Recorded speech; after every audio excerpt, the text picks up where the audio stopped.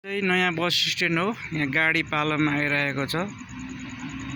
समय भएको छ तपाईको पौने 5 बजे गाडी पालोमा लगाउनुको लागि आइरहेको छ।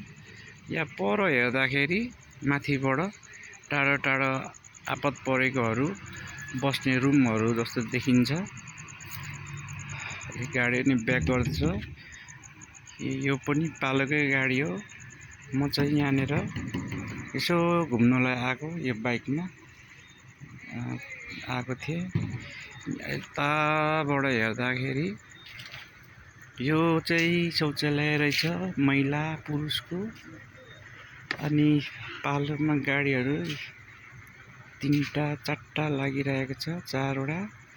यता लेखेको छ यात्री बस सेवा भनेर।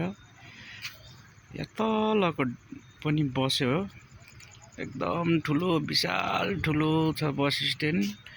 यहाँ तल बोटबिरुवा केराहरू पनि रोपिरहेको हुनाले गर्दाखेरि एकदम रमाइलो दृश्यहरू छ। सबैभन्दा तल टेम्पोहरू पनि राखिरहेको छ पालोमा।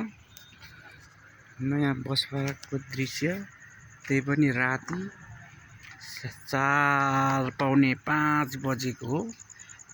यतातिर हेर्दा यहाँ म पनि देखिन्छु।